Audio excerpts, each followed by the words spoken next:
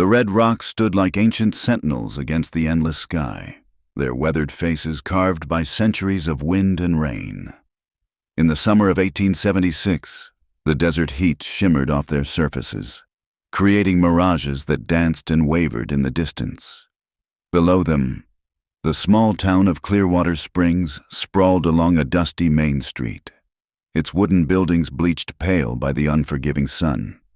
The town consisted of the usual establishments: Murphy's Saloon with its swinging doors and tinny piano music, the First Methodist Church with its modest white steeple, Henderson's General Store, and a row of weather-beaten houses that leaned against each other like tired old men. Tumbleweeds rolled lazily down the street when the wind picked up, and the air tasted of dust and sage. High on the eastern slope of the mesa, where the juniper trees grew twisted and sparse, a small cabin sat hidden among the rocks. It was here that Sarah Whitehorse lived with her two children, 16-year-old Mary and 12-year-old Thomas. The cabin was modest but sturdy, built by her late husband James with his own hands before the fever took him 3 winters past. Sarah was a woman of two worlds. Her Navajo heritage showed in her high cheekbones, dark eyes, and the graceful way she moved across the rocky terrain. From her mother, she had learned the old ways, which plants could heal, how to read the sky for weather, and the stories of her people. From James, she had learned English, how to handle a rifle, and the peculiar customs of the white settlers. Now she taught both to her children, though always in secret, always with caution. Mary had inherited her mother's beauty, but with lighter skin and her father's green eyes, a combination that made her striking but also marked her as different. Thomas bore more of his mother's features, his skin bronze in the desert sun, his dark hair thick and straight. Both children had learned early to avoid the town, except when absolutely necessary. The harshness of their existence shaped every day. Water had to be hauled from a spring a quarter-mile away, carried in heavy buckets that left their hands calloused and strong. They hunted rabbits and deer when they could find them, gathered piñon nuts in the fall, and cultivated a small patch of corn and beans in a hidden canyon where a trickle of water kept the soil moist. When the sandstorms came, they huddled in the cabin with wet cloths over their faces, listening to the wind howl like a living thing.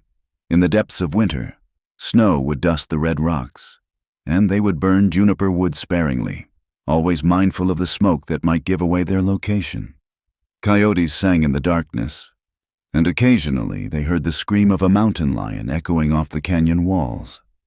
Sarah lived with constant fear, though she hid it well from her children. She feared the prejudice of the townspeople who saw mixed blood as a contamination, an abomination against the natural order they believed God had ordained. She feared for Mary, whose beauty would soon attract attention they couldn't afford. She feared for Thomas, whose quick temper might one day betray their secret. But she was also strong, forged by loss and necessity into something as enduring as the red rocks themselves. She had learned to move like a shadow, to leave no trace, to trust no one beyond her small family. Her hands, though gentle with her children, could skin a rabbit in minutes, shoot a rifle with deadly accuracy, and stitch a wound with the skill of any frontier doctor. On this particular morning in late July, their supplies had dwindled dangerously low. The flour was nearly gone. They needed salt and ammunition. And Thomas had outgrown his boots so badly that he'd taken to going barefoot. Sarah knew they had no choice but to venture into town. She prepared carefully, braiding her long black hair and pinning it up under a worn bonnet that had belonged to James's mother. She chose her most modest dress, faded calico that covered her from neck to ankle. Mary wore a similar outfit, though she protested at having to hide her hair under a sunbonnet. "It's not fair, Mama," Mary said quietly as they prepared to leave. "We're not doing anything wrong by existing." Sarah's hand stilled as she packed their meager coins into a small leather pouch. "Fair has nothing to do with it, child. We survive by being careful, by being invisible." They made the 5-mile journey on foot, leaving before dawn to avoid the worst of the heat. Thomas stayed behind to tend their small garden and watch for strangers. The path wound down through the rocks, following old deer trails and dry washes. By the time they reached the outskirts of town, the sun was climbing higher, and the first shopkeepers were opening their doors. Henderson's general store smelled of coffee, leather, and pickled goods. Sarah moved quietly through the aisles, selecting only the most essential items while Mary stood near the door, her eyes downcast. Other customers entered. Mrs. Patterson, with her strict Presbyterian bearing, 2 cowboys who reeked of whiskey despite the early hour, and the banker, Mr. Caldwell, with his gold watch chain glinting in the morning light. Sarah felt their eyes on her, heard the whispers that started the moment she entered. She kept her movements deliberate and calm, speaking only when Mr. Henderson asked for her order, her English carefully formal and precise.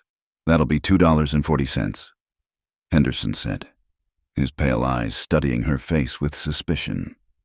Sarah counted out the coins with steady hands. Though her heart raced, behind her, she heard Mrs. Patterson's sharp whisper, "You see the cheekbones on that one? And the daughter, look at those eyes. Not natural, I tell you." One of the cowboys spat tobacco juice into a brass spittoon. "Seen plenty of breeds down in Mexico. Nothing but trouble. Every last one of them." Mary's face flushed, but she kept her eyes fixed on the floor. Sarah gathered their purchases quickly, murmuring her thanks to Mr. Henderson, who took her money without meeting her eyes. As they stepped out into the blazing sun, Sarah felt the weight of the stairs following them. The walk through town seemed endless, past the saloon where men lounged in the shadows, past the church where the minister's wife clutched her Bible tighter at the sight of them, past the sheriff's office where Deputy Cole watched them with narrowed eyes. They were almost at the edge of town when a voice called out, "Ma'am, wait a moment." Sarah's body tensed, her hand moving instinctively toward Mary. But when she turned, she saw a young man leading a horse, his expression curious rather than hostile. He was tall and lean, with sun-weathered features and kind brown eyes. His clothes marked him as a rancher, good quality but practical, dusty from work rather than neglect. "You dropped this," he said, holding out a small cloth bag that contained some of their precious salt. Sarah hesitated, then stepped forward to take it. "Thank you, sir." He touched the brim of his hat politely. "Ben Morrison. I run the Double M Ranch north of here." His eyes moved to Mary, then back to Sarah with a respectful nod. "Haven't seen you in town before."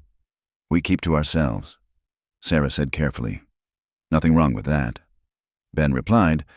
His smile was genuine, without the sharp edges of suspicion she was used to seeing. "These supplies look heavy for such a long walk. Might I offer you a ride? I'm heading north anyway." Sarah felt Mary's hopeful intake of breath beside her, but years of caution won out. "That's kind of you, Mr. Morrison, but we'll manage," he nodded, understanding in his eyes. "The offer stands, should you change your mind." He touched his hat again and moved on, leading his horse toward the livery stable. As they walked back into the desert, their packages growing heavier with each mile, Mary finally spoke. He seemed different from the others. "Perhaps," Sarah allowed, "but we can't afford to trust anyone, not even those who seem kind." The sun climbed higher, brutal in its intensity. They stopped twice to rest in whatever shade they could find, sharing sips of warm water from a canteen. By the time they reached home, both were exhausted, their feet blistered and their backs aching. Thomas ran out to meet them, his face bright with relief. "I was getting worried. Did anyone follow you?" "No," Sarah said, though she couldn't shake the feeling that their visit to town had stirred something, set events in motion that couldn't be stopped. "Help us with these packages." That night, as they shared a simple meal of beans and cornbread made with their new supplies, Sarah watched her children in the lamplight. Mary was becoming a woman, her beauty impossible to hide much longer. Thomas was growing tall and strong, his features clearly marking his heritage. How much longer could they remain hidden? How much longer before their secret became impossible to keep? Outside, the coyotes began their evening chorus, and the wind whispered secrets through the rocks. Sarah pulled her children close and began to tell them one of her mother's stories, about a time when the people lived in harmony with the land, before the world became divided by the color of skin and the purity of blood. But even as she spoke the ancient words, she knew that stories alone couldn't protect them. The world below their hidden canyon was changing, and soon, despite all her precautions, that change would find them. Ben Morrison couldn't get the woman and her daughter out of his mind. As he rode back to the Double M Ranch, the image of them walking into the desert heat with their heavy packages haunted him. There had been something in the woman's eyes, a wariness born of hard experience, but also a fierce dignity that commanded respect. The Double M sprawled across 5,000 acres of good grazing land, watered by Clearwater Creek and sheltered by the Red Mesas. Ben had inherited it from his father 2 years ago, at the age of 25. Unlike many of the other ranchers who spent their evenings in town drinking and gambling, Ben preferred the solitude of the range, the honest work of cattle and horses. His ranch hands respected him for it. Old Pete, his foreman, often said Ben had the makings of the best cattleman in the territory. But what they didn't know was that Ben's solitude came from his own sense of not quite belonging. His mother had been from back east, an educated woman who'd tried to bring culture and refinement to the frontier. She'd died when he was 12, leaving him caught between his father's rough frontier ways and her genteel expectations. 3 days after the encounter in town, Ben was checking the fence line near the eastern mesa when he spotted a figure moving among the rocks. It was the boy he'd glimpsed from a distance before, the woman's son, he guessed. The child moved with surprising skill, stalking a rabbit with a crude bow. Ben watched, impressed, as the boy crept closer to his prey. But just as he was about to loose his arrow, the rabbit bolted. The boy's shot went wide, and he stood up with a frustrated sigh. "You were downwind, but you moved too quick at the end," Ben called out. Walking his horse closer, the boy spun around, fear flashing across his face before it hardened into suspicion. He was indeed the woman's son. The resemblance was clear in the shape of his face and the dark, intelligent eyes. "I didn't ask for your opinion, mister," the boy said, his hand moving to a knife at his belt. Ben dismounted slowly, keeping his hands visible. "Fair enough. I'm Ben Morrison. I met your mother and sister in town a few days back. I know who you are." Thomas said, "The rancher who wanted to give them a ride." "That's right. What's your name?" The boy hesitated, then straightened his shoulders. "Thomas. Well, Thomas. I've been hunting these lands since I was younger than you. That rabbit'll circle back to its den in about 10 minutes if we're quiet. Want to wait it out together?" Thomas looked torn between curiosity and caution. Finally, the promise of fresh meat won out. "All right, but I do the shooting." They settled behind a cluster of rocks, and Ben pulled out some jerky from his saddlebag, offering a piece to Thomas. The boy took it warily, but his hunger overcame his suspicion. "Your family lives up in the rocks?" Ben asked casually. Thomas shot him a sharp look. "Maybe. Smart place. Good water. Shelter from the wind.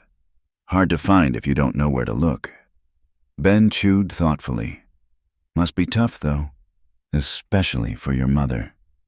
"Mama's tougher than any man in that town," Thomas said with fierce pride. "She can shoot better than most, track like an Apache, and knows every plant and animal in these hills." Ben smiled. "I believe it. Saw it in her eyes. Your sister favor her?" "Mary's more like our father," Thomas said, then caught himself, clamming up. They sat in companionable silence until the rabbit returned, just as Ben had predicted. Thomas's arrow flew true this time, and the boy's face lit up with triumph. "Fine shot," Ben said. "Your mother teach you?" "Some. My grandfather, too, before—" Thomas stopped again, wary of revealing too much. Ben pretended not to notice. "I could use someone who knows these eastern hills. Lost some cattle up here last month. Job pays fair wages if you're interested." "Could use the bow skills, too. We've got a coyote problem." Thomas's eyes widened at the mention of wages, but he shook his head. "Mama wouldn't allow it." "Well, the offer stands. I ride the fence line here every few days. You ever change your mind, Or if your family needs anything, you let me know." That evening, Ben made camp by a small spring, building his fire in a sheltered spot where the light wouldn't carry. He'd just set coffee to boil when he heard horses approaching. Too many horses for casual travelers. 5 men rode into the firelight, led by Jack Thornton, owner of the neighboring Bar T Ranch. Thornton was a hard man who'd built his spread by forcing out smaller ranchers, and he'd made no secret of wanting to expand onto Ben's water rights. "Evening, Morrison," Thornton said, dismounting uninvited. The others followed, his foreman Cole Bridges, known for his quick temper and quicker gun, and 3 ranch hands Ben recognized as troublemakers. "Jack," Ben nodded, keeping his voice neutral. "Coffee?" "We ain't here for coffee." Thornton spat tobacco juice dangerously close to Ben's fire. "Seen you talking to that breed boy today." Ben's jaw tightened. "I talk to lots of folks. That family's been squatting on cattle land. Good Christian folks in town don't appreciate their kind mixing with decent people. Last I checked, those hills aren't cattle land. Too rough. No good water for grazing." Bridges stepped forward, his hand resting on his pistol. "Mister, Thornton's thinking of expanding. Those hills would make fine summer pasture." Ben stood slowly, his own hand casual but ready. "That's interesting, seeing as that land doesn't belong to Thornton, or anyone else I know of." "Land belongs to whoever's strong enough to hold it," Thornton said. "And we don't need breed families bringing trouble. You'd be smart to stay clear of them. Morrison, wouldn't want people thinking you're an Indian lover." The threat hung in the air like smoke. Ben met Thornton's eyes steadily.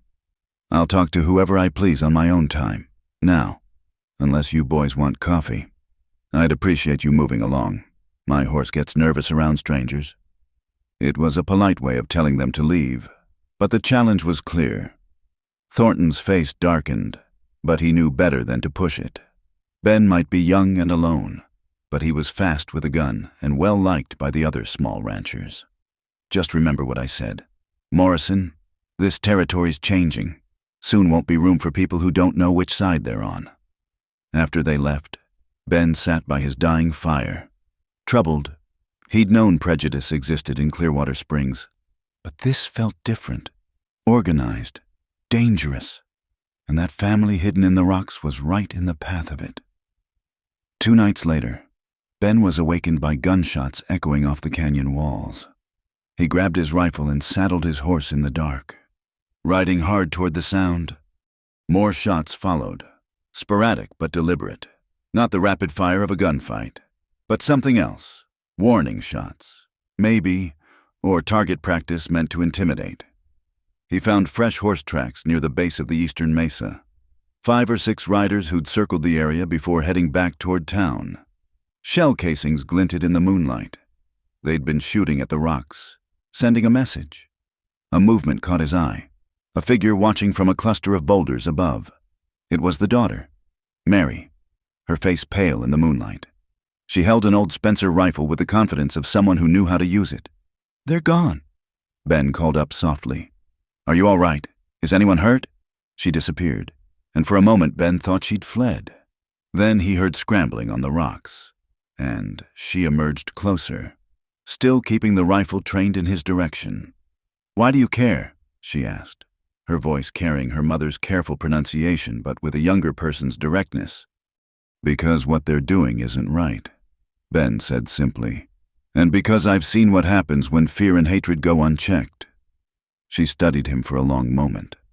Up close, he could see she was indeed beautiful, with an exotic grace that set her apart.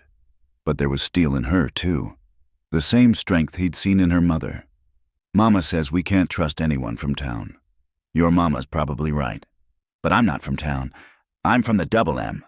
And out here, we judge people by their actions, not their blood." Mary lowered the rifle slightly. "They've come 3 nights now, always shooting, making noise. They want to scare us away." "Thornton's men," she nodded. "The one with the scar, Bridges. He shouts things." She trailed off, her face flushing. Ben's anger burned cold. He knew the kind of things Cole Bridges would shout at a young woman of mixed heritage, and it made his gun hand itch. "I'll ride the fence line here at night for a while," he said. "My property borders this area. If they see me around, they might think twice." "We don't need your protection," Mary said, pride flaring. "We've been taking care of ourselves." "I'm sure you have, but there's no shame in accepting help when it's freely offered. Your mother strikes me as a practical woman. She'd want what's best for her children." Mary bit her lip, torn between suspicion and hope. "Why would you risk Thornton's anger for strangers?" Ben considered his words carefully. "My mother came from Philadelphia. When she married my father and moved out here, the proper ladies in town whispered about her, said she'd lowered herself. She spent years trying to fit in, to be accepted. It broke her heart and maybe hastened her death. I couldn't help her then. I was too young. But I'm not too young now." The girl's expression softened slightly. Behind her, Ben heard other movements in the rocks. The mother and son, probably, watching and listening. "I should go," Mary said. "Mama will worry. Tell her what I said. The offer of help stands. No strings attached." She nodded and melted back into the shadows. Ben waited until he was sure she was safely away before mounting up and riding a wide patrol around the area. He found more evidence of harassment, torn up ground where riders had charged close to hidden paths, bullet scars on rocks near what might be water sources. As dawn broke over the red rocks, Ben made a decision. He couldn't stop the hatred that was building in town, but he could make sure this family wasn't facing it alone. It was dangerous, possibly foolish. Thornton had wealth and influence. Taking a stand against him could cost Ben everything. But as he rode back to his ranch, he thought of Mary's brave face in the moonlight, of Thomas's fierce pride, of their mother's quiet dignity in the face of contempt. Some things were worth the risk. Some stands had to be taken, regardless of the cost. The sun climbed higher, painting the desert in shades of gold and crimson. Change was coming to Clearwater Springs. Dark and violent as a summer storm, but storms could be weathered if people stood together, if they chose courage over fear, love over hatred. Ben Morrison had made his choice. Now he had to see if a family who'd learned to trust no one could learn to trust him. The poison spread through Clearwater Springs like wildfire in dry grass. What had begun as whispers in the general store became open talk in the saloon. And from there, it infected the entire town with its venom. "You hear about that family up in the rocks?" Jake Coleman said. "Dealing cards at Murphy's saloon. Thornton's boys seen 'em dancing around fires at night, doing heathen rituals." "Probably cursing our cattle," added Bill Hayes, nursing his third whiskey. "My milk cow went dry last week. That ain't natural." Samuel Murphy, the saloon owner, polished glasses with deliberate care.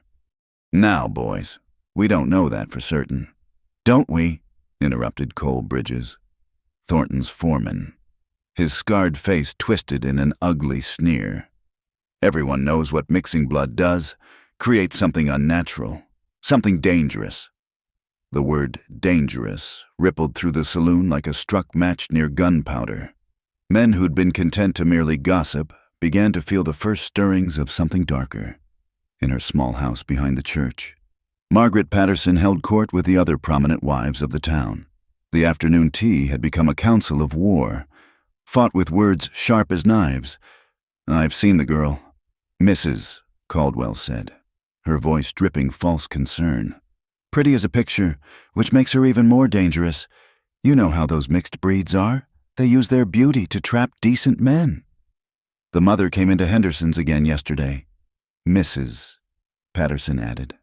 "Bold as brass, like she has a right to walk among Christian folks. I told Harold he shouldn't serve her kind." "What did he say?" asked young Mrs. "Davies, new to town and eager to fit in. That business is business." Mrs. Patterson sniffed. "But I wonder how much business he'll have when decent folks stop shopping there." The implied threat wasn't lost on anyone. In a small town, social pressure could destroy a man's livelihood as surely as drought or disease. Outside, Storm clouds gathered on the horizon. But the real tempest was brewing in the hearts of men who'd found someone to blame for all their frustrations and fears, high in their hidden canyon. Sarah felt the change like a rabbit senses a hawk. The harassment had grown bolder, no longer content with night riding and warning shots. Someone had poisoned the small spring they used for their garden. The corn withered. The beans turned black on the vine. "We need to leave," she told her children as they surveyed the damage. "Head north, maybe, or west to California." "Running again?" Mary asked bitterly. "How many times? Mama, how many times do we start over?" "As many as it takes to keep you safe." Thomas kicked at a dead plant. "Mr. Morrison said he'd help. Maybe we should—" "No." Sarah's voice was sharp. "We've survived by trusting no one outside our family. That won't change now." But even as she spoke, she knew their options were dwindling. Their water source was compromised, their food stores running low. The nearest clean spring was dangerously close to town, and hunting had become risky with riders constantly patrolling the area. That night, as they huddled in their cabin listening to coyotes howl, they heard something else: voices, carried on the wind, drunk voices, singing crude songs, coming closer. Sarah grabbed the old Spencer rifle, checking the load. Only 5 cartridges left. "Mary, take Thomas to the back ravine. If shooting starts, run for the deep canyons. I'm not leaving you," Mary said fiercely. "You will do as I say." Sarah's tone brooked no argument. "Your duty is to survive. Both of you. Now go." But before they could move, the voices stopped. They heard horses milling around, confused murmurs. Then the clear voice of Ben Morrison. "Evening, boys. Little late for a ride, isn't it?" Morrison. Cole Bridges' voice was slurred with whiskey. "Should have known we'd find you sniffing around here. I'm checking my fence line. This borders my property. You boys are trespassing. We're on a mission of Christian duty." Another voice said, sounded like Cal Roberts from the Bar T. "Clearing out the undesirables. Only thing I see that needs clearing out is a bunch of drunk fools about to do something they'll regret come morning." There was a metallic click, the sound of a hammer being cocked. Sarah held her breath, her finger on the trigger of the Spencer. "You threatening us, Morrison?" Bridges asked. "Stating facts. Sheriff Morgan doesn't look kindly on mob justice." "Neither do I. Now turn those horses around and head home before someone gets hurt. There's 5 of us and 1 of you," someone pointed out. "True, but I'm sober, and I can see at least 2 rifles trained on you from those rocks. Seems the family you're harassing doesn't take kindly to night visitors." It was a bluff. Sarah was the only one armed. But in the darkness, the drunk cowboys couldn't be sure. After tense moments filled with muttered curses, she heard horses turning, riding away. She waited until the hoofbeats faded before emerging from the cabin. Ben sat his horse calmly, his rifle across his saddle. "They'll be back," Sarah said. It wasn't a question. "Yes, and in greater numbers. The talk in town has gotten ugly." He reached into his saddlebag, pulling out a cloth sack. "Supplies, flour, salt, ammunition for that Spencer. No strings," he added before she could protest. "Just one human being helping another." Sarah struggled with her pride, but practicality won. She took the sack. "Why are you doing this?" "Because it's right, and because—" He paused, glancing toward the cabin where Mary and Thomas had emerged.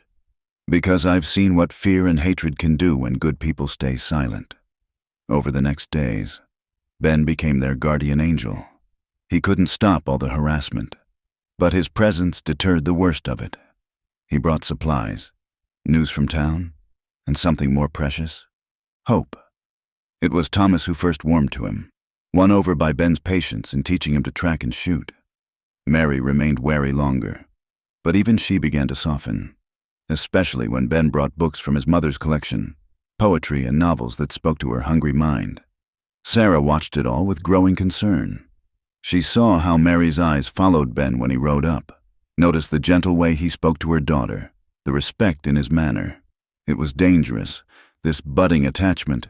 Nothing good could come from it, But she also saw how the strain was wearing on her children. Thomas had nightmares about the riders. Mary grew pale and quiet, jumping at every sound.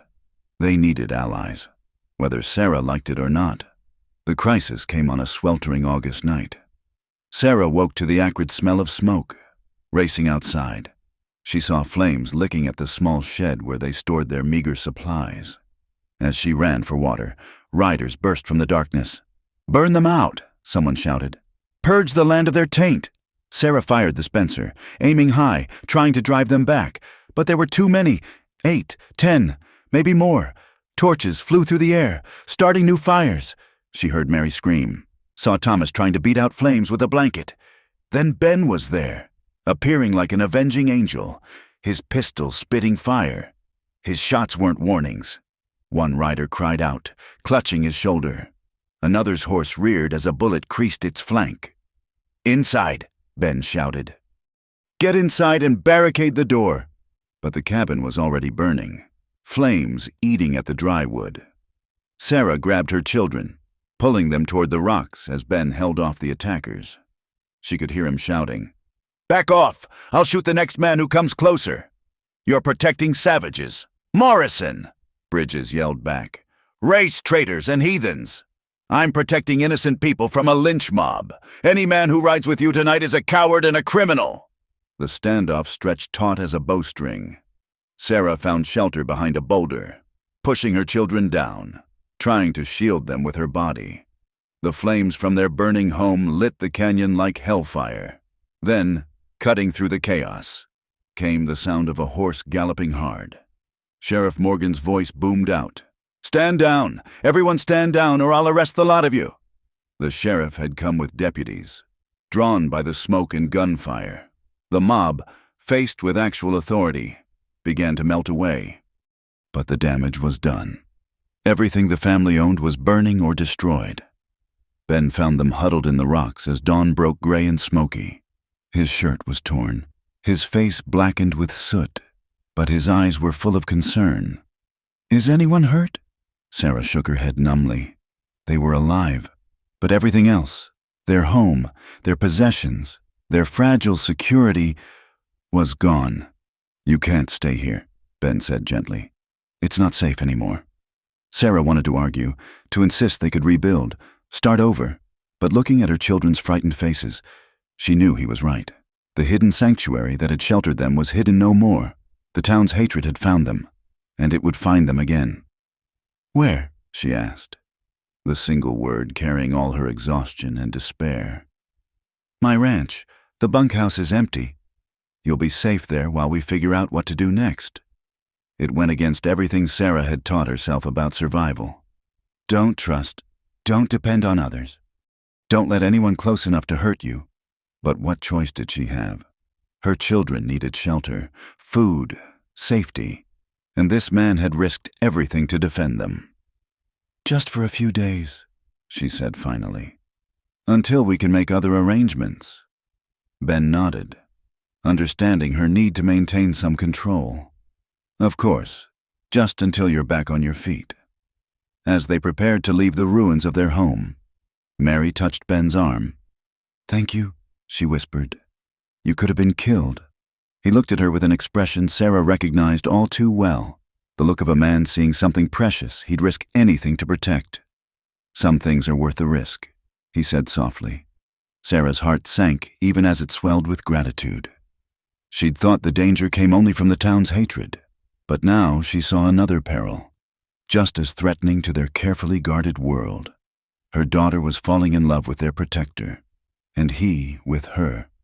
As they rode toward the Double M Ranch, the morning sun struggled through the smoke of their burning past. Behind them lay ashes and hatred. Ahead waited an uncertain future where the lines between protector and family, between gratitude and love, were already beginning to blur. The deadly secret of their blood was fully exposed now. The town had indeed hunted them, but they had survived, thanks to a rancher whose kindness might prove to be salvation, or a different kind of danger altogether. The morning after the fire, smoke from a burning haystack drifted across the valley like a funeral shroud. Someone had torched the Hendersons' barn in the night, punishment for selling supplies to the Breed family. The message was clear. Anyone who helped them would suffer. In Murphy's saloon, Jack Thornton held court before a crowd of angry men. The failed raid had only inflamed tempers further. Morrison drew on us, Cole Bridges said, his arm in a sling from Ben's bullet. Shot me down for doing God's work. He's harboring them now, added Cal Roberts. Brought them right onto his ranch, bold as brass. Thornton stood, commanding attention. Gentlemen, we have a cancer in our community. It's spreading, infecting even supposedly decent men like Morrison. We know what happens when inferior blood mixes with white. Weakness, degradation, violence. Murmurs of agreement rippled through the crowd. Someone shouted, "The savage probably witched him. That's what they do." The question is, Thornton continued, what are we going to do about it? At the Double M Ranch, Sarah stood at the window of the small bunkhouse, watching the horizon. The accommodation was clean and comfortable, far better than many places they'd sheltered. But she felt trapped, dependent on charity she didn't want to need. "Mama, I can help with the horses," Thomas said, eager to be useful. "Mr. Morrison says I have a natural way with them." "We're not staying long enough for you to learn ranching," Sarah said firmly. Mary looked up from the book she was reading, one of Ben's mother's volumes of poetry. "Where will we go? We have no money, no supplies, nothing but the clothes we're wearing." It was true, and Sarah knew it. But accepting help, becoming entangled with these people, it went against every instinct that had kept them alive. A knock at the door interrupted her brooding. Ben stood outside with Pedro Sanchez, his foreman, and old Pete, the grizzled cook. "Morning, ma'am," Ben said, hat in hand. "Wanted you to meet some of the hands. They'll be around, and I figured you should know who's who." Pedro stepped forward, a kind smile on his weathered face. "Senora, welcome. My Rosa. She sent these." He handed over a bundle of clothes. "For the senorita. They are from when our daughter was younger." Sarah's throat tightened at the unexpected kindness. "Thank you. That's very generous." Old Pete shuffled forward. "Made extra biscuits this morning. Growing boy needs proper food." He winked at Thomas, who grinned back. After they left, Sarah found herself fighting tears. It had been so long since anyone had shown them simple, human kindness without suspicion or fear. Ben lingered. "I know this isn't easy for you, but my men are good people. They judge a person by their actions, not their parentage. Your men, perhaps, but what about the town? We've brought danger to your door. Let me worry about that." His face grew serious. "Sheriff Morgan came by earlier. There's talk of calling a town meeting. Thornton's stirring folks up something fierce." That evening, as the sun painted the sky crimson, Ben found Mary sitting by the creek that ran through his property. She was washing clothes, her movements graceful despite the mundane task. "You don't have to do that," he said. "Rosa usually handles the washing." "We're not charity cases," Mary replied without looking up. "We work for what we receive." Ben dismounted and sat on a nearby rock. "Your mother raised you proud. She raised us to survive." Mary's hand stilled in the water. "Mr. Morrison. Ben, please. Ben." She finally met his eyes. "Why are you risking so much for us? Your reputation, your safety, maybe even your ranch?" Ben was quiet for a moment, choosing his words carefully. "When I was 15, there was a Mexican family that worked for my father. Good people, hard workers. Some folks in town decided they didn't belong here. My father, he stood by while they were driven out. Said it wasn't our fight." He picked up a stone, skipped it across the water. "The daughter was about your age, smart, kind, full of dreams. I heard later she died on the trail to Mexico. Bandits, or maybe just the desert. I've lived with that silence, that cowardice, for 10 years. Mary studied his face. "So were your penance?" "No." His voice was firm. "You're people who deserve better than fear and hatred. If helping you makes up for past failures, that's just extra. Their eyes met and held. Something passed between them. Electric as summer lightning. Mary looked away first, her cheeks flushing. I should get back. Mama will worry. As she gathered the washing, Ben caught her hand gently. Mary, I want you to know, whatever happens, you're safe here, all of you. I give you my word. She squeezed his fingers briefly before pulling away. Promises are dangerous things. Ben Morrison. Sometimes they break the people who make them. That night, the darkness brought new terrors. Riders circled the ranch at a distance, firing shots into the air, whooping and hollering. Ben's men took positions, rifles ready, but the harassers stayed just out of range. Cowards, old Pete spat. Won't face us in daylight. By dawn, they found the real message. A cross burned into the hillside where it could be seen from the ranch house. The meaning was clear. They were marked. 2 days later, a dry lightning storm rolled across the desert. The air crackled with electricity, and the cattle grew restless. Sarah helped in the kitchen while Thomas worked with the horses, trying to earn their keep. Mary had gone to gather late summer herbs in the hills, knowing which plants could season food or treat illness. Ben found her there as the first fat raindrops began to fall. She stood on a ridge, her hair whipping in the wind, watching the storm approach. We need to get to shelter, he called over the rising wind. Lightning split the sky, thunder following immediately. The rain came suddenly, torrentially, turning the dry ground to mud in seconds. Ben grabbed Mary's hand, pulling her toward a shallow cave he knew of nearby. They tumbled inside just as the storm unleashed its full fury. Water sheeted down outside their shelter, and lightning turned the world white and black in violent alternation. Mary shivered, her dress soaked through. Ben shrugged off his coat, wrapping it around her shoulders. In the close confines of the cave, he could smell the sage and rain in her hair. Thank you, she said softly. Another lightning flash illuminated her face, and Ben found himself mesmerized. Water droplets clung to her eyelashes like diamonds. Without thinking, he reached out to brush one away. She caught his hand, holding it against her cheek. Ben, I know, he said roughly.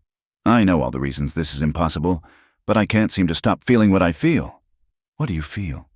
He laughed, short and breathless. Like I've been sleepwalking through life until I met you. Like everything makes sense when you're near. Like I'd fight the whole world to keep you safe. Tears mixed with rainwater on her cheeks. You can't save us, Ben. This hatred, it's bigger than one man's goodness. Then we'll face it together. There is no together for people like us. My blood, your blood is just blood. Mary, red like mine, like anyone's. What makes you special isn't where you come from, but who you are. She searched his face in the stormlight. And who am I? The bravest woman I've ever met, the most beautiful, the one who makes me want to be better than I am. The confession hung between them like lightning about to strike. Mary made a soft sound, maybe surrender, maybe sorrow, and then they were kissing, desperate and sweet as the storm raged outside. When they broke apart, both breathing hard, reality crashed back. Mary pulled away, wrapping his coat tighter around herself. This can't happen, she whispered. It will destroy you. The town already hates you for protecting us. If they knew you had feelings for me, let them know. I'm not ashamed. You should be. You should run far from us before we ruin your life. The storm was passing, the rain softening to a gentle patter. Ben stood, offering her his hand. My life was just existence before. Now it has meaning. That's not ruin, that's salvation. As they made their way back to the ranch, neither spoke of what had passed between them. But something fundamental had changed. The careful distance they'd maintained was gone, replaced by an awareness that hummed between them like electricity. At the ranch house, Sarah took one look at her daughter's face and knew. Her heart sank even as she recognized the inevitability of it. Mary had inherited her father's heart, one that loved wholly, recklessly, without regard for consequences. That evening, Ben called a meeting of his hands. They gathered in the main room, faces serious. I won't lie to you, boys, Ben said. There's trouble coming. Thornton's got the town worked up. Anyone who stands with me might find themselves in the crosshairs. And Pedro spoke first. Patron, we've ridden for your father and now you. This ranch is our home. We stand with you. Even knowing what you're standing for? Ben asked. A family the town wants gone? Old Pete snorted. I've seen that family. Good people, trying to live quiet. If the town wants them gone for their blood, then the town can go to hell. One by one, the hands voiced their support. Not all of them. 2 men gathered their belongings and left that night. But most stayed, bound by loyalty and their own sense of justice. Outside, the storm had washed the air clean, but dark clouds gathered on the horizon. The burned cross on the hillside stood out starkly, a promise of violence to come. In the bunkhouse, Sarah gathered her children close. We should leave, she said, tonight, before more people get hurt because of us. Where would we go, Mama? Thomas asked. We've got nothing. We've got each other. That's always been enough. Mary stood abruptly, her face flushed. No, I won't run anymore. These people are risking everything for us. We owe them. We owe them nothing, Sarah's voice cracked. We didn't ask for their help. But they gave it anyway, Mary said quietly, and that means something. It has to mean something. Sarah looked at her daughter, seeing James in the stubborn set of her jaw, the idealism in her eyes. Her husband had believed in the goodness of people too, right until the fever took him and none of their neighbors would help a white man who'd married an Indian woman. But she also saw something new in Mary's face, a woman's awareness, a heart that had already chosen its path. Sarah closed her eyes, feeling the walls of protection she'd built crumbling. 3 more days, she said finally. We'll see what happens at this town meeting. Then we decide. It was a compromise, and a dangerous one. 3 days for hatred to build, for plans to form, for the storm gathering over Clearwater Springs to break in all its fury. 3 days for love to grow stronger, even as the forces arrayed against it prepared for war. The town meeting was set for Saturday night, but by Thursday, wanted posters appeared on every building in Clearwater Springs. They bore no official seal, no lawman's signature, just crude drawings and vicious words. Reward for the capture of the Breed family, suspected of witchcraft, cattle theft, and corruption of Christian souls. Sheriff Morgan tore them down, but new ones appeared within hours. He found Jack Thornton in the saloon, surrounded by supporters. This is illegal. Jack, inciting violence. Violence? Thornton's voice was smooth as oil. We're merely concerned citizens. Sheriff, if that family's done nothing wrong, they've nothing to fear from honest folks seeking truth. You know damn well what you're doing. Thornton leaned back in his chair. What I know is that our town was peaceful before they came. Now we've got fires, missing cattle, and a respected rancher turned against his own kind. Draw your own conclusions. At the Double M, Ben read the poster with cold fury while Sarah packed what little they had. Her hands shook as she folded the borrowed clothes. We're leaving tonight, she announced. This has gone far enough. Mama, no, Thomas protested. We can't keep running. I'm tired of being afraid. Better afraid than dead. Sarah's voice was harsh with desperation. You think those men care that you're just a child? You think they'll show mercy because your sister is young? Mary stood silent by the window, watching Ben. He'd been quiet since seeing the posters, his jaw tight with controlled anger. Sarah's right, he said finally. You should go, but not like thieves in the night. He turned to face them. I have a friend in Denver, a lawyer named William Crawford. He owes me favors. I'll send you with letters of introduction, money for travel, everything you need to start fresh. We don't want your charity, Sarah began, but Ben cut her off. It's not charity. It's what James would have wanted, his family safe and provided for. Sarah flinched at her husband's name. How dare you, because I know what it's like to lose someone to prejudice and cowardice. Don't let pride cost your children their lives. The room fell silent. Finally, Sarah nodded, her shoulders sagging in defeat. We'll leave tomorrow night, after dark. But tomorrow was too late. Friday dawned unseasonably cold, with a bitter wind cutting down from the mountains. Ben had ridden to town early to arrange the travel funds, leaving Pedro and the hands to guard the ranch. Thomas was in the stable, brushing down a mare, when he heard the riders approaching. 8 men, armed and purposeful, his heart hammering. He ducked into an empty stall. "Morrison!" Thornton's voice rang out. "We know you're harboring fugitives. Send them out, and we'll leave peaceful-like." Pedro emerged from the bunkhouse, rifle in hand. "Senor Morrison is not here. You will leave now." Cole Bridges laughed. "A Mexican giving orders to white men. This place has fallen far." Other ranch hands appeared, weapons ready. The standoff stretched taut until Mary stepped out of the bunkhouse. "I'm the one you want," she said, her voice steady despite her fear. "Leave these men alone. They're not part of this."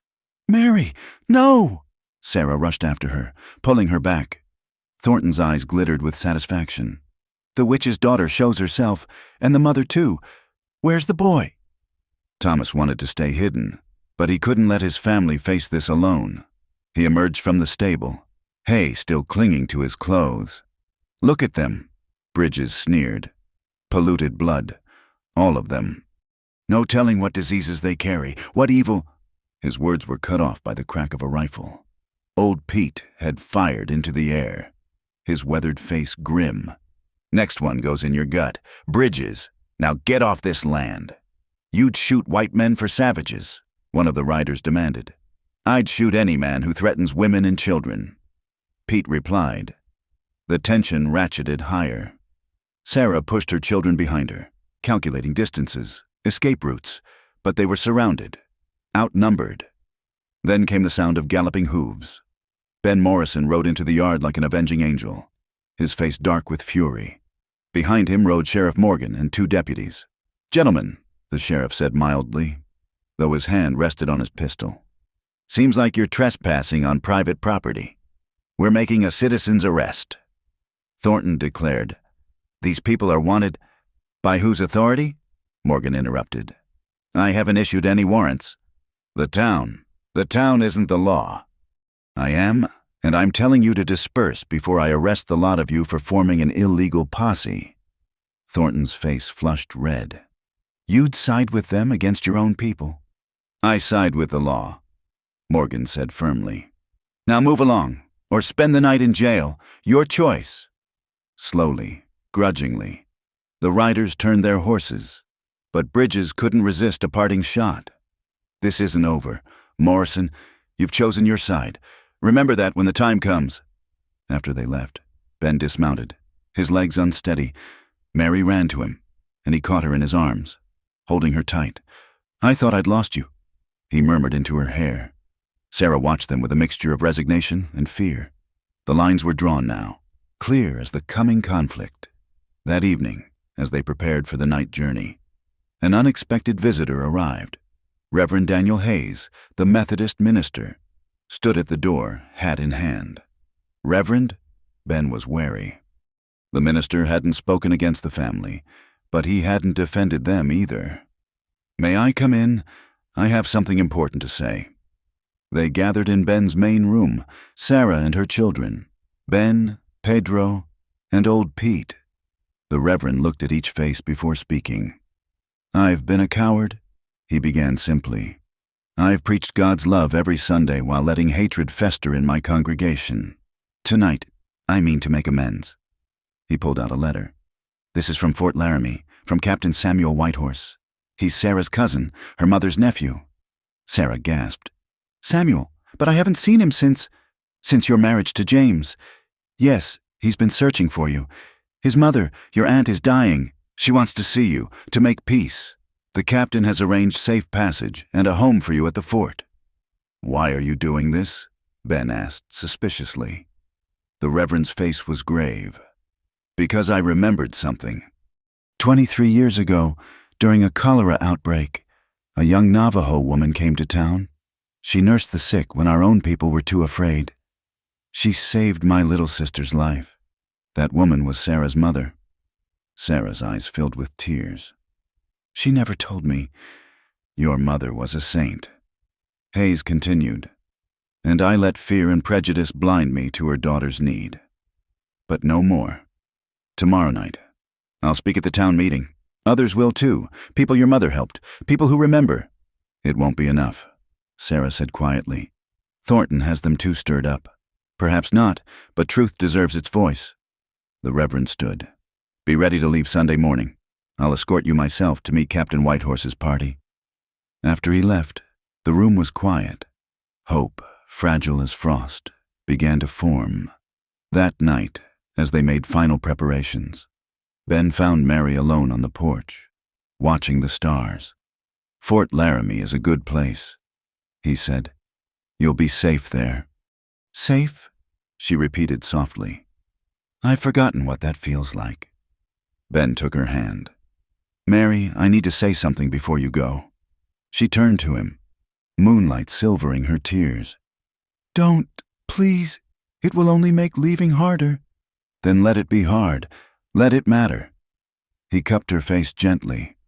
"I love you. I've loved you from the moment you stood in those rocks with that old rifle, brave as any warrior. I know we've had no time, that everything's been chaos and fear, but I needed you to know." "Ben," her voice broke. "I'm not asking for promises. I know you have to go, have to be safe, but someday, when this madness ends, I'll come find you. I'll cross any distance, face any challenge, because you're my home. Mary, you're where I belong." She kissed him then, pouring all her fear and hope and love into that one desperate moment. When they parted, both were crying. "I love you too," she whispered. "God help me, I do." They held each other as clouds rolled in from the north, obscuring the stars. By morning, those clouds would bring the first snow of winter, a blizzard that would change everything. Inside the house, Sarah stood by the window, watching her daughter say goodbye to the only man she'd ever love. Her own heart broke a little, remembering James, remembering their own stolen moments before the world tore them apart. "Will they be all right?" Thomas asked, joining her. Sarah put her arm around her son. "I don't know. Love doesn't conquer all, no matter what the stories say. Sometimes it just makes the losing harder. But it's still worth it."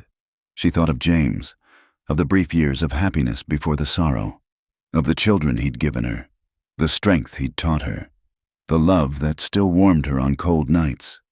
"Yes," she said finally, "it's still worth it." The wind picked up, rattling the windows. To the north, lightning flickered in the approaching clouds. The storm was coming, and with it, a reckoning that would test every bond of love and loyalty in Clearwater Springs.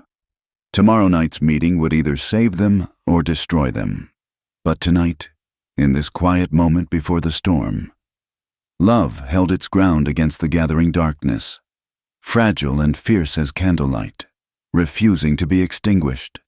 In the stable, the horses grew restless, sensing the change in weather. Old Pete checked his rifle for the 10th time. Pedro said quiet prayers, and in the bunkhouse, a mother prepared her children for either deliverance or disaster, while her daughter's heart broke with a love that could never be. The first snowflakes began to fall, white as hope, cold as the hatred waiting in the valley below. The blizzard struck with biblical fury. By Saturday morning, snow had buried Clearwater Springs under 3 feet of white, with drifts reaching the windows of buildings. The town meeting was postponed. No one could venture out in such weather. At the Double M Ranch, they were effectively trapped. The road to town was impassable, the mountain passes sealed by snow. What should have been a disaster became an unexpected reprieve. "God's giving us time," Reverend Hayes said. He'd arrived just before the storm hit, planning to stay the night before escorting them to safety. Now he was snowbound with them. Another mouth to feed, but also another voice of reason. The enforced closeness drew the household together. Sarah helped Rosa prepare meals for the expanded group. Thomas worked alongside the ranch hands, learning to care for cattle in harsh weather. Mary and Ben tried to maintain proper distance, but their awareness of each other filled every room they shared. On the second night of the storm, they gathered around the big fireplace in the main house. Old Pete told stories of other winters. Other storms survived. Pedro sang Spanish ballads that reminded Sarah of lullabies her mother once hummed.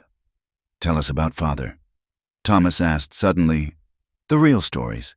Mama, not the careful ones." Sarah hesitated, then began to speak of James Whitehorse, the idealistic young surveyor who'd come west full of dreams, who'd fallen in love with a Navajo woman despite all warnings, who'd built a life with her in defiance of two worlds' prejudices. "He used to say that love was the only rebellion worth joining," she said softly, "that every child born of such unions was proof that hatred couldn't win." Ben listened from his chair, watching Mary's face in the firelight. She sat near her mother, her hands busy with mending, but he saw how her fingers trembled when their eyes met. On the third day, the storm began to weaken. They ventured out to check the animals. Wading through hip-deep snow, the world had been transformed into something pristine and dangerous. Beautiful as a fairy tale, but deadly to the unprepared. It was Thomas who saw them first, dark shapes moving through the white landscape. "Riders coming!" They scrambled for defensive positions, but the deep snow made everything difficult. Ben counted at least 20 men, struggling through the drifts but determined. "Morrison!" Thornton's voice carried across the snow. "The storm's breaking. Time to settle accounts."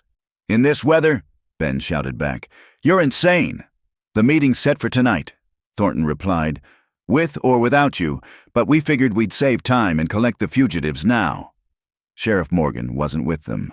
Ben realized with a chill that had nothing to do with the weather that the lawman might be trapped in town. Or worse, might have been convinced to stand aside. The riders spread out, trying to surround the ranch buildings. But the snow that hindered defense also slowed attack. Shots were fired, but mostly as warnings, each side reluctant to start a bloodbath. Then young William Davies, one of Thornton's newer recruits, tried to cross a snow-covered irrigation ditch. The ice gave way, plunging him into freezing water. His horse screamed, thrashing, pulling him under. Without thinking, Thomas dove forward. He'd spent enough winters in the mountains to know how quickly cold water could kill. Sarah screamed for him to stop, but he was already sliding down the bank. "Rope!" Thomas yelled. "Get me a rope!" Ben and Pedro reacted fastest, throwing him a lariat. Thomas fought through the broken ice, gasping as the cold hit him, and managed to loop it around Davies. Together, they hauled the half-frozen man to safety. Davies was barely conscious, his lips blue, body shaking uncontrollably. His father, part of Thornton's group, dismounted and ran to him. "Get him inside," Sarah commanded, her healer's instincts overriding everything else. "Now, or he'll die." They carried Davies into the house. Sarah stripped his frozen clothes, wrapping him in blankets, forcing warm tea between his chattering teeth. Mary helped, her hands gentle as she rubbed circulation back into his extremities. Outside, the standoff continued, but something had shifted. Men who'd come to hunt a family watched that same family fight to save one of their own. "John," Thornton called to Davies' father, "get back here. Leave the boy." "Go to hell, Jack," John Davies replied. "They're saving my son's life." Inside, young William's eyes focused on Thomas. You jumped in for me, but I came to—" "Hush," Thomas said. "Mama says all life is sacred, even the lives of those who hate us." The boy started crying, shame and cold and revelation mixing in his tears. An hour later, William was stable enough to move. His father wrapped him in furs, preparing to take him home. At the door, he paused. "The meeting tonight," he said to Ben. "I'll be speaking differently than I planned." As the Davies family left, others in Thornton's group began to drift away. The storm, the rescue, the simple humanity of it had cooled their bloodlust. By evening, only Thornton, Bridges, and a handful of hardliners remained, retreating to town to prepare for the meeting. "We should go," Ben said. All of us. Face them in the open, with witnesses. It's a trap, Sarah protested. Maybe, but hiding here just confirms their lies. We need to show the town who we really are. Reverend Hayes agreed. Truth spoken in public has power, and after what happened today, minds might be more open. As darkness fell, they prepared for the journey to town. The snow had stopped, leaving the world crystalline under a cold moon. They traveled in a group, Ben and his loyal hands, Sarah and her children, the Reverend, armed but hoping not to need weapons. The church was packed despite the weather. It seemed all of Clearwater Springs had come, faces grim in the lamplight. Thornton stood at the front, Bridges beside him like a coiled snake. Citizens of Clearwater Springs, Thornton began. We're here to address a threat to our community. We're here to discuss our neighbors. Reverend Hayes interrupted, walking to the front. Our neighbors who saved William Davies's life this very afternoon. Murmurs rippled through the crowd. John Davies stood up. It's true. My boy would be dead if not for them. The Indian boy risked his own life diving into that frozen water. One act doesn't erase the danger. Thornton insisted. Their kind brings nothing but trouble. Mixing blood weakens the race, invites savagery. Savagery. Sarah stood, her voice clear and strong. Like burning families out of their homes? Like hunting children through the desert? Which of us has acted savage? Mr. Thornton? She walked forward, Mary and Thomas beside her. The crowd shifted uneasily, seeing them clearly for perhaps the first time, a dignified woman and her children. Faces marked by hardship, but not hatred. 23 years ago, Reverend Hayes said, this woman's mother saved half this town from cholera, saved them when their own people were too afraid. How do we repay that debt? With persecution? With violence? Old Martha Henderson stood up trembling. I remember. She saved my baby girl, stayed with us 3 days and nights, never resting. Others began to speak, memories of Sarah's mother, observations about the quiet family that had never caused real trouble, shame at letting fear drive them to mob justice. But Bridges had heard enough. Pretty words won't change what they are.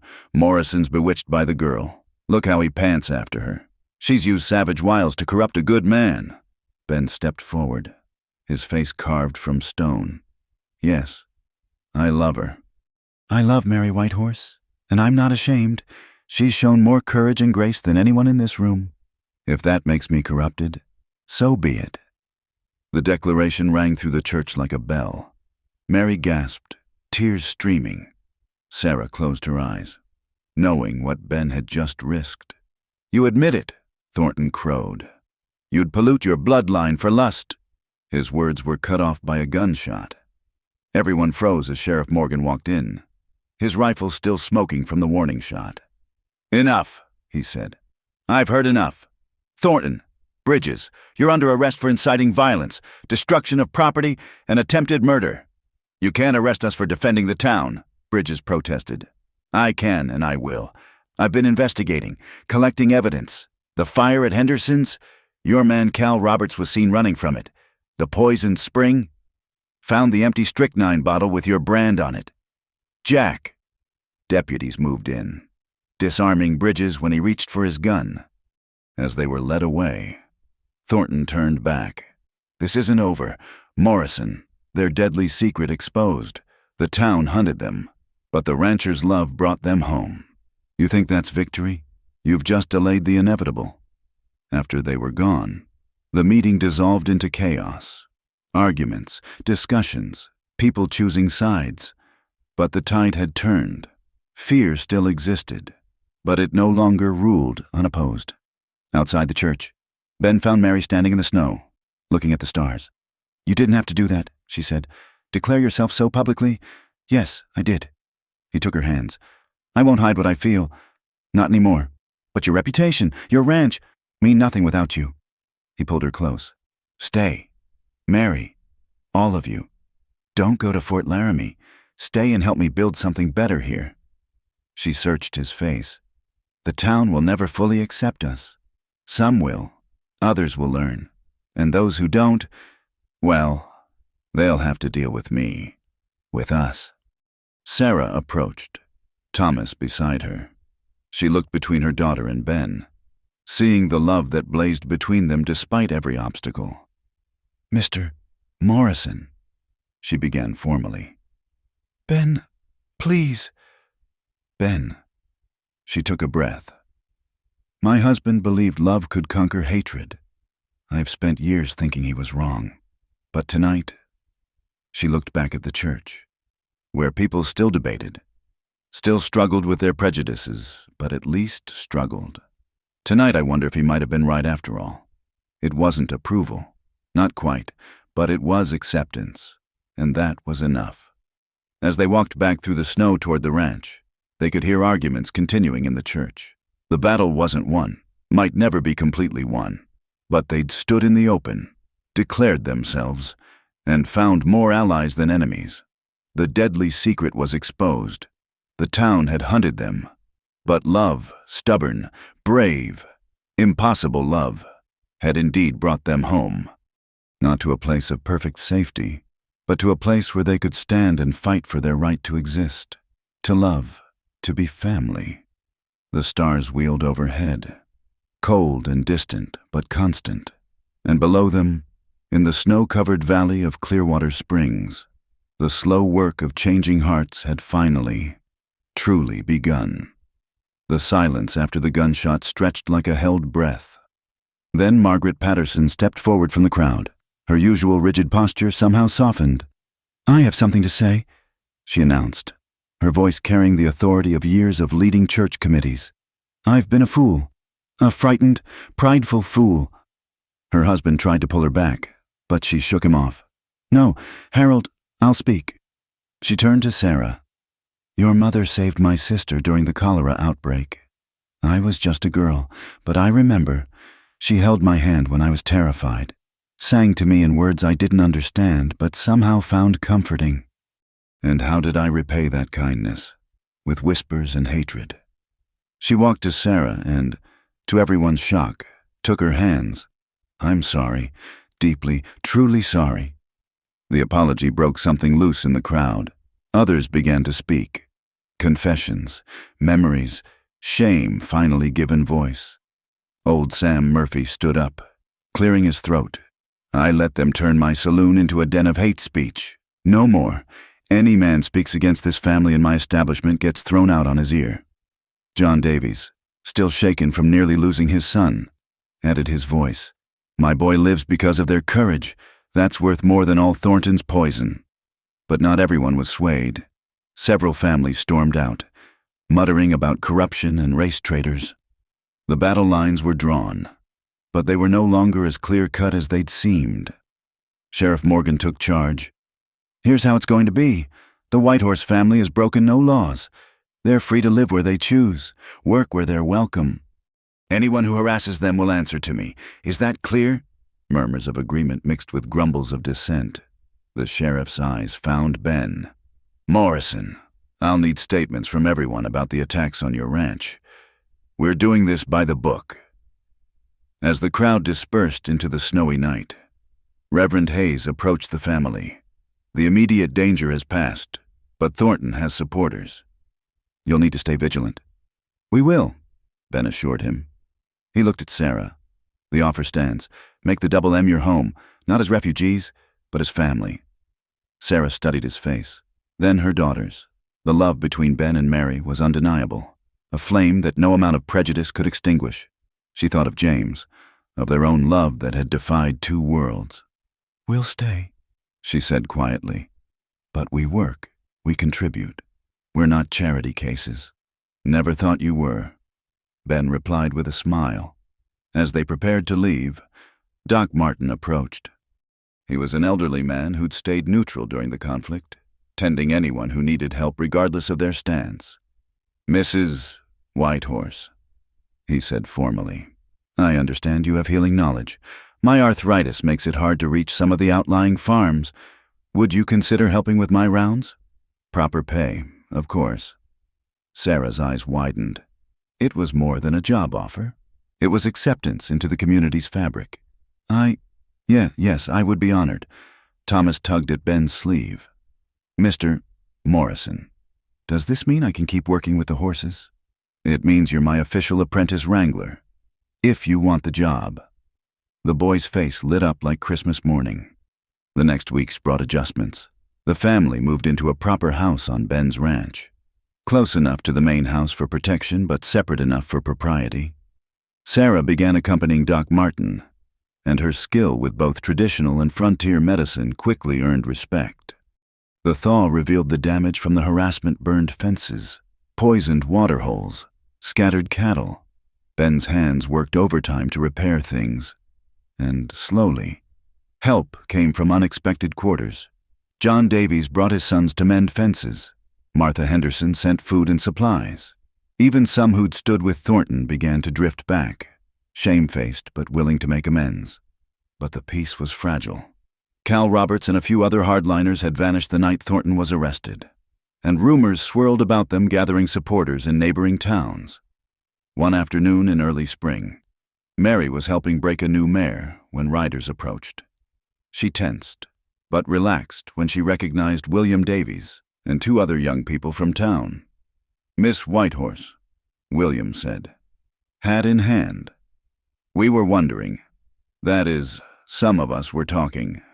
Would you teach us?" "Teach you what?" "Reading, writing, proper like. You speak so well, and we heard you know poetry and such." "We want to better ourselves."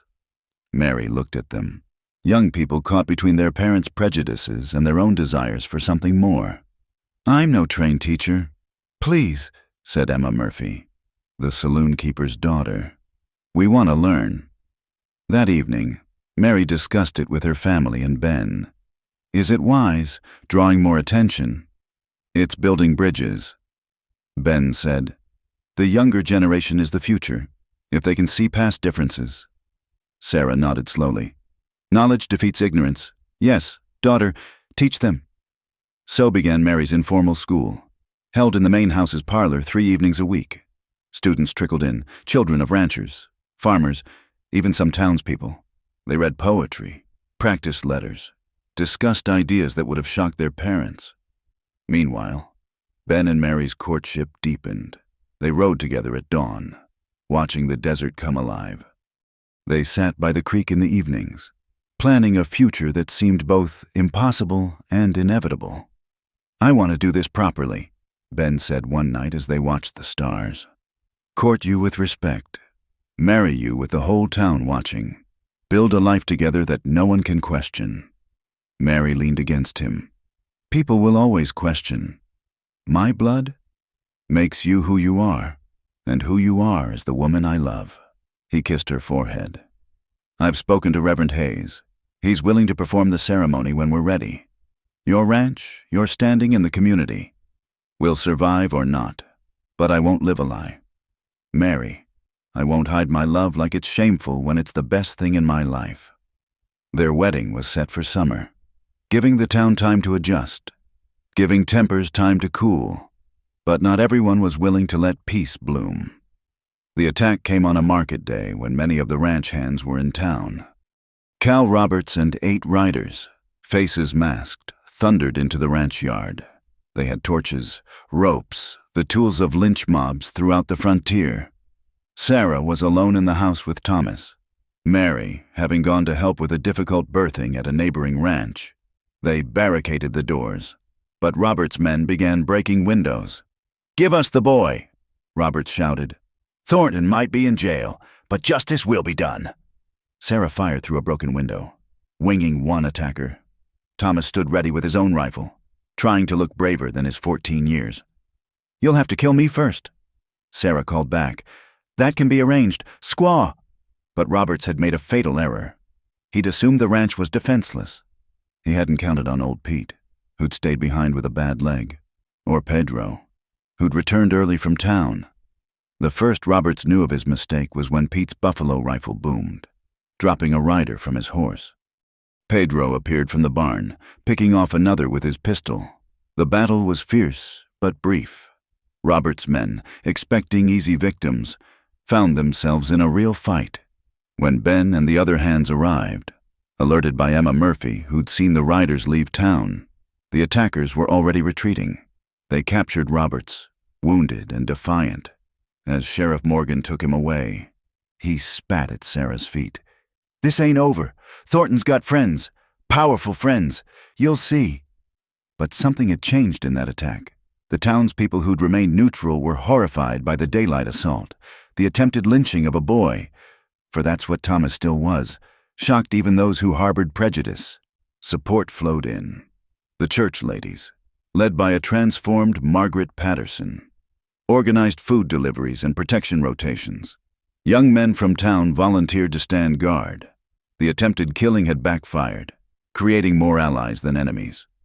A week later, Judge Harrison arrived for the trials. He was a circuit judge known for his fairness and his intolerance of mob justice. The trials were swift. Thornton and Bridges received 5 years for conspiracy and inciting violence. Roberts got 7 for attempted murder. As they were led away in chains, Thornton turned to the crowd. "You're fools, all of you. Accepting pollution, degradation. This town will rue the day it chose mongrels over pure blood." But his words fell on increasingly deaf ears. The town had seen where such hatred led, to violence against children, to neighbor turning against neighbor. Most wanted no more of it. That evening, as the family gathered for dinner at the Double M, Ben raised his glass. "To survival, to justice, to family, to home," Sarah added quietly, and the word carried weight it had never held before. Mary caught Ben's eye across the table, and the love that passed between them was answer enough to all of Thornton's poison. They'd won this battle, though the war might continue in other forms, in other places. Outside, the desert bloomed with spring flowers, resilient life returning after the harsh winter. The red rocks stood eternal, indifferent to human prejudice, witness to both cruelty and kindness. Thomas helped clear the table, moving with new confidence. "Mr. Ben, when you and Mary marry, what does that make us?" Ben smiled. "Family, Thomas. Real family." Sarah watched her children. Thomas growing strong and confident. Mary radiant with love despite everything they'd endured. She thought of James, of his belief that love could overcome hatred. Perhaps he'd been right after all. The future remained uncertain. There would always be those who saw their mixed heritage as a threat, who preached separation and supremacy. But here, in this small corner of the frontier, they'd carved out a place where they could live freely, love openly, and face whatever came with the strength of community behind them.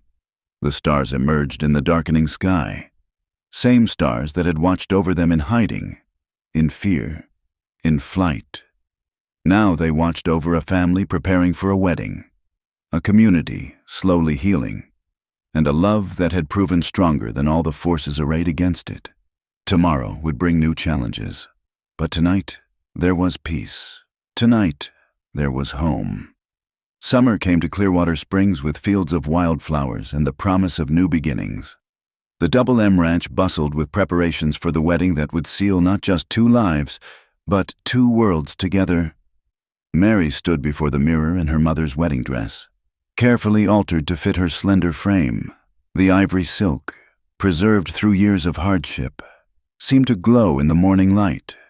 Sarah's hands were gentle as she braided her daughter's hair, weaving in small white flowers from the desert.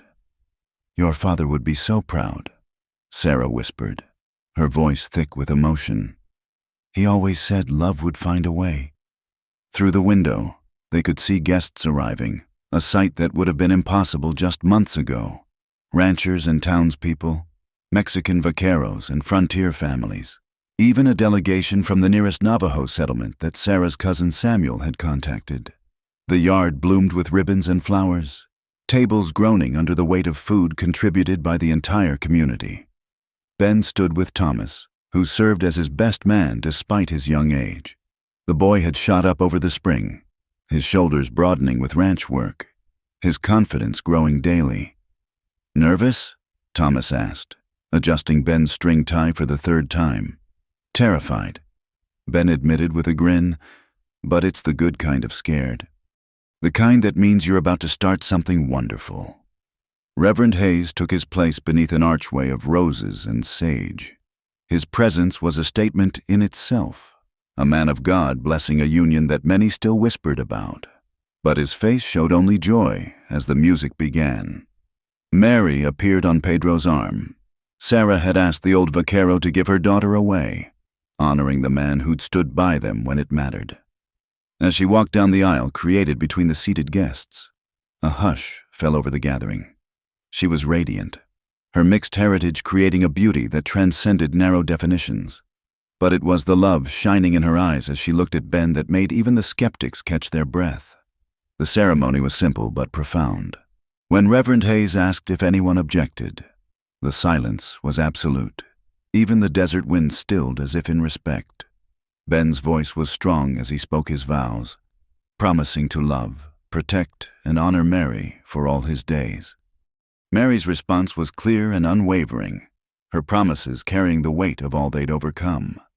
"By the power vested in me by God and the territory of Colorado," Reverend Hayes declared, "I now pronounce you husband and wife. What God has joined together, let no one tear asunder." The kiss that sealed their union was tender and fierce, a claim made before the entire community. As they turned to face the crowd as Mr. and Mrs. Morrison, applause erupted, not universal, perhaps, but genuine from those who offered it. The celebration that followed was like nothing Clearwater Springs had seen. Mexican guitars played alongside a frontier fiddle. Navajo dancers, invited by Sarah, performed traditional blessings. Cowboys attempted ancient steps, while Native Americans tried their hand at square dancing. It was chaotic, joyful, and completely unprecedented. Sarah found herself standing with Doc Martin, watching the festivities with wonder. "Never thought I'd see the day," the old doctor mused. "This town learning that different doesn't mean dangerous. It's just the beginning." Sarah replied, "There's still so much fear, so much ignorance." "True, but beginnings matter. Your daughter and Ben, they're showing folks another way. That takes courage." As evening approached, Ben stood to make a toast. The crowd quieted, glasses raised. "Friends," he began. "Neighbors, family. We're here because love refused to let hatred win. We're here because good people chose courage over fear. Mary and I, we know our path won't always be easy, but with all of you as witnesses, we promise to build something good here.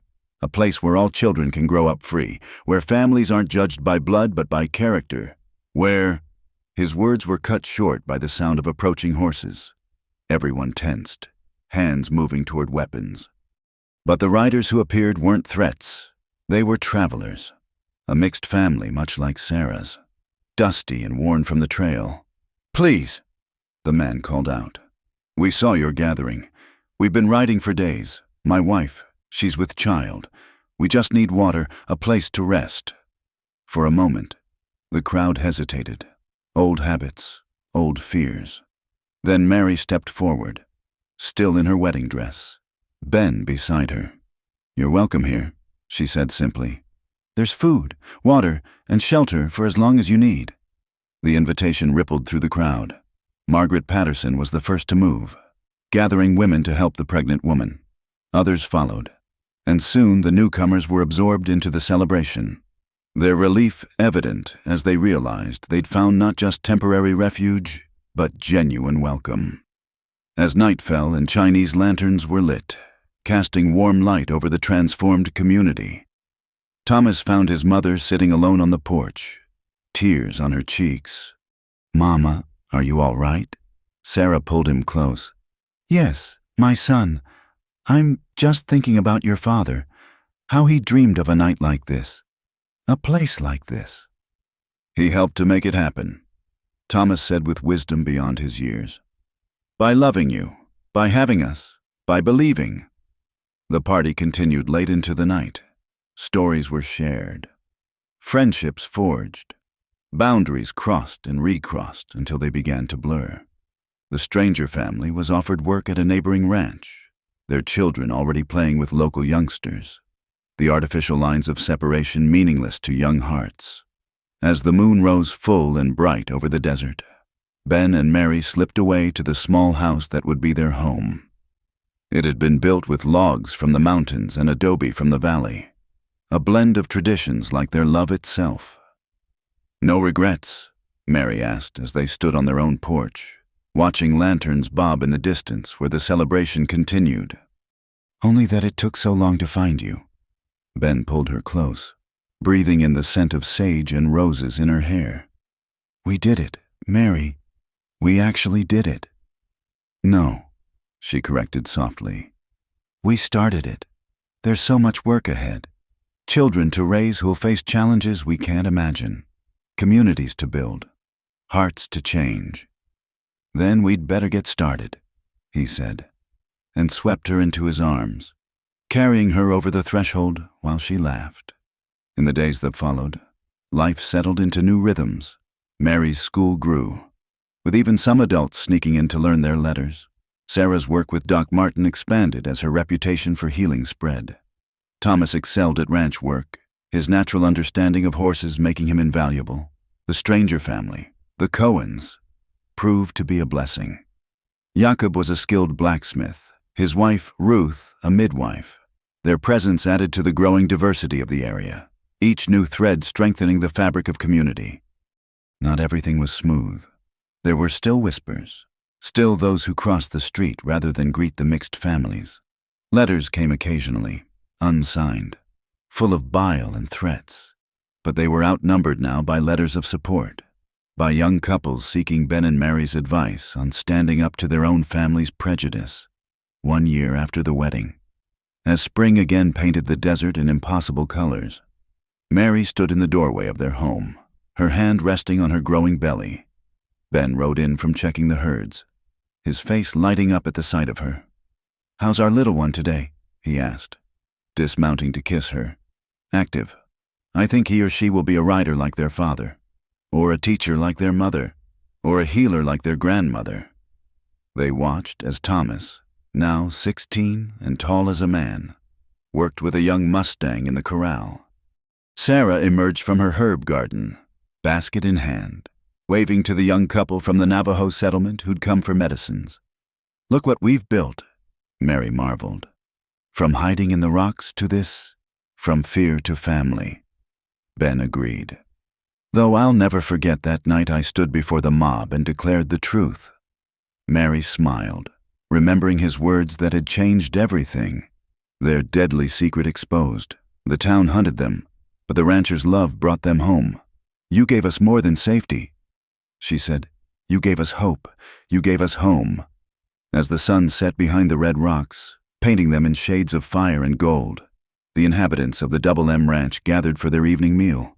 It was a tradition now, this coming together of different peoples, different stories, all woven into one family by choice and love. Sarah offered a blessing in Navajo, translated by Mary for those still learning. Pedro added a Spanish prayer. Reverend Hayes, a frequent guest, contributed scripture about love conquering all. And Thomas, in his clear young voice, simply said, "For family, blood and chosen. For home, built and earned. For tomorrow, bright with promise." The amens came in multiple languages, but with singular feeling. As they ate and talked and laughed, the first stars appeared in the deepening sky. The same stars that had witnessed their persecution now blessed their prosperity. The land that had hidden them in fear now sheltered them in joy. In the distance, a coyote called, and another answered.